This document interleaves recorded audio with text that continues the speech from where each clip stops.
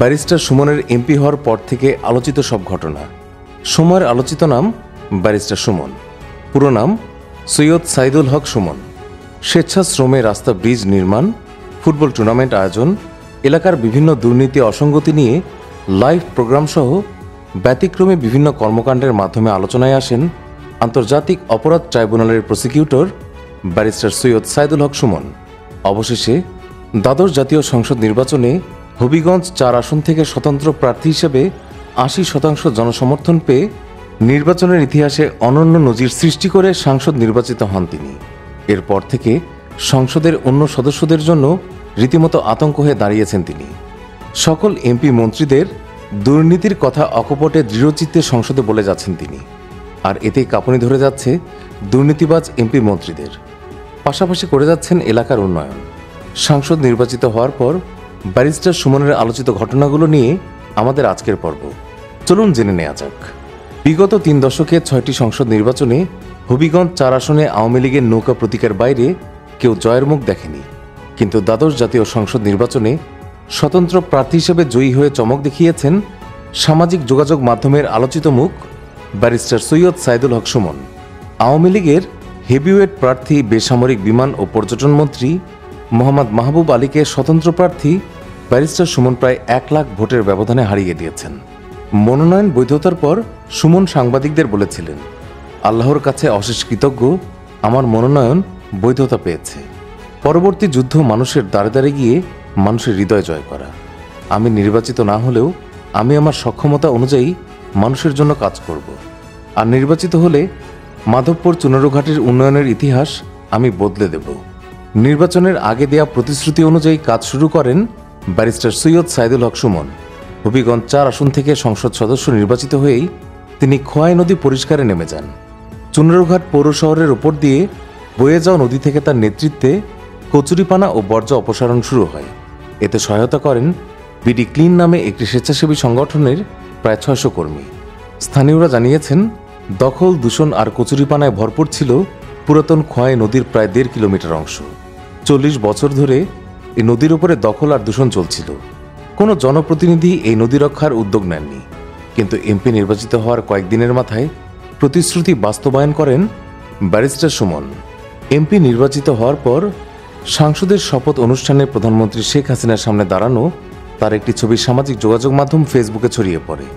সেই মুহূর্তে দুজনের মধ্যে কি কথা হয় তা জানতে বেশ আগ্রহী হয়ে ওঠেন সুমনের ভক্ত সমর্থক এবং তার এলাকার ভোটাররা। অবশেষে প্রধানমন্ত্রীর সঙ্গে প্রথম দেখা কি কথা হলো তা জানিয়েছেন দেশ জুড়ে আলোচিত এই জনপ্রিয় সাংসদ। সুমন বলেন, প্রথম দেখাই আমি নেত্রীর পা ধরে সালাম করেছি। এরপর নেত্রী আমাকে বলেছেন, কি খবর তোমার? তখন বুঝলাম তিনি আগে থেকেই আমাকে চেনেন।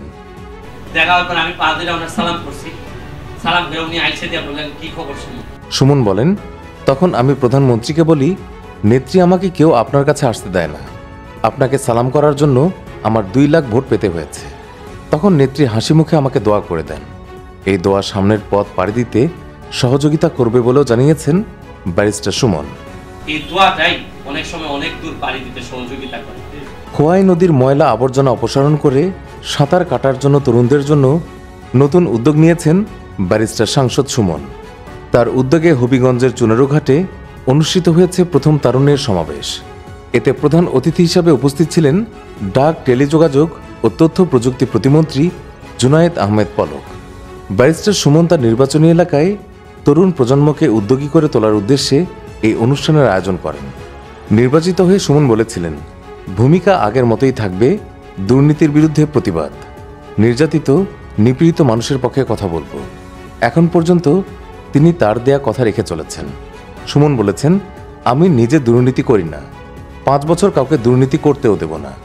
আমার নাম ভাঙিয়ে কেউ যদি দুর্নীতি করার চেষ্টা করে তাহলে তাকে পুলিশে ধরিয়ে দেবেন, প্রয়োজনে আমার বাসায় চলে আসবেন, আমি ভাড়া দিয়ে দেব। তবে সুমনের দুর্নীতির বিরুদ্ধে এই অভিযান শুধু তার নির্বাচনী এলাকায় সীমাবদ্ধ নয়। আগের মতো তিনি এখনও দেশের যে প্রান্তে দুর্নীতি হচ্ছে সেটা নিয়ে প্রতিবাদ করছেন। গত 31শে মার্চ দৈনিক কালারের কণ্ঠে ঢাকায় বেনজিরের জন্য আলাদিনের চেরাগ এই শিরোনামে একটি সংবাদ প্রকাশিত হয়। প্রতিবেদনে বলা হয়েছে, সাবেক মহাপরিদর্শক তার স্ত্রী জিশান মির্জা এবং 2 মেয়ে ফারহিন রিশতা বিনতে বেনজির এবং তাহসিম রাইসা বিনতে বেনজিরের নামে বিপুল পরিমাণ সম্পদ অর্জন করেছেন। শিরোনামে প্রকাশিত সংবাদে বলা হয়, পুলিশের সাবেক মহাপরিদর্শক ও র্যাবের সাবেক মহাপরিদর্শক বেনজির আহমেদের বিপুল পরিমাণ অবৈধ সম্পদের খোঁজ মিলেছে। এরপর থেকেই বেশ আলোচনায় পুলিশের সাবেক এই আইজিপি, যেখানে তার নানা অর্থ সম্পদের বিবরণ তুলে ধরা হয়েছে। বেনজিরের বিপুল সম্পদের মধ্যে রয়েছে গোপালগঞ্জের শাহপুর ইউনিয়নে নাভানা ইকো রিসোর্ট নামে এক অভিজাত এবং দৃষ্টিনন্দন পর্যটন কেন্দ্র। এছাড়াও তার স্ত্রী এবং 2 মেয়ের নামে দেশের বিভিন্ন এলাকায় অন্তত 6টি কোম্পানির খোঁজ পাওয়া গেছে। 5টি প্রতিষ্ঠানে বিনিয়োগের পরিমাণ 500 কোটি টাকার বেশি হতে পারে।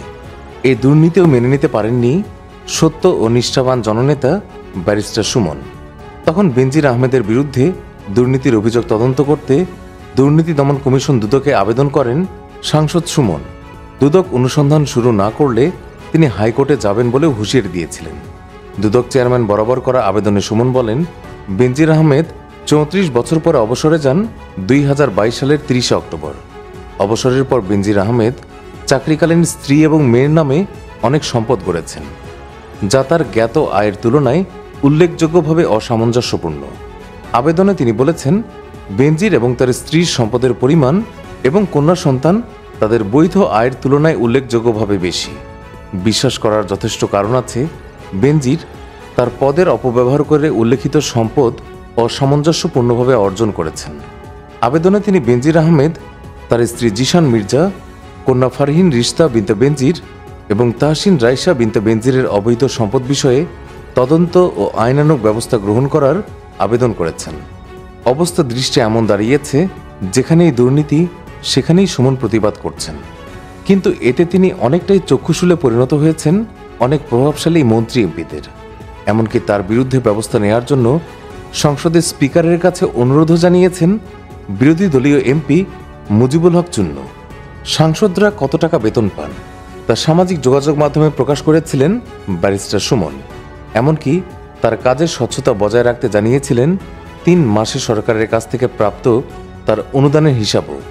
এ নিয়ে সংসদে সুমনের বিরুদ্ধে অভিযোগ তুলেছেন বিরোধী দলীয় নেতা মুজিবুল হক চুন্নু। তবে ছেড়ে কথা বলেননি অন্যায়ের সাথে আপোষহীন সুমনও। চুন্নুকে স্বৈরাচার এরশাদের দোষর অভিহিত করে কড়া ভাষায় তার জবাব দিয়েছেন তিনি। এই টাকার কথা বলে দেওয়ার কারণে মুজিবুল হক চুন্নুর সমস্যা হচ্ছে দাবি করেছেন ব্যারিস্টার সুমন। চুন্নুকে স্বৈর শাসকের নেতা বলে মন্তব্য করে বলেন, চুন্নু স্বৈর শাসকের নেতা। তিনি এর আগে তীব্রভাবে সমালোচনার মুখোমুখি হননি। এই জন্যই ওনার এত গাত্রদাহ। এমপিরা কত বরাদ্দ পান তা জনগণের জানার অধিকার আছে, আমি সেটা প্রকাশ করেছি। আর এতে চুন্নু সাহেবের সমস্যা কোথায়? এইভাবেই এগিয়ে চলেছেন হবিগঞ্জ 4 আসনের আপোষহীন জননেতা ব্যারিস্টার সাইদুল হক সুমন।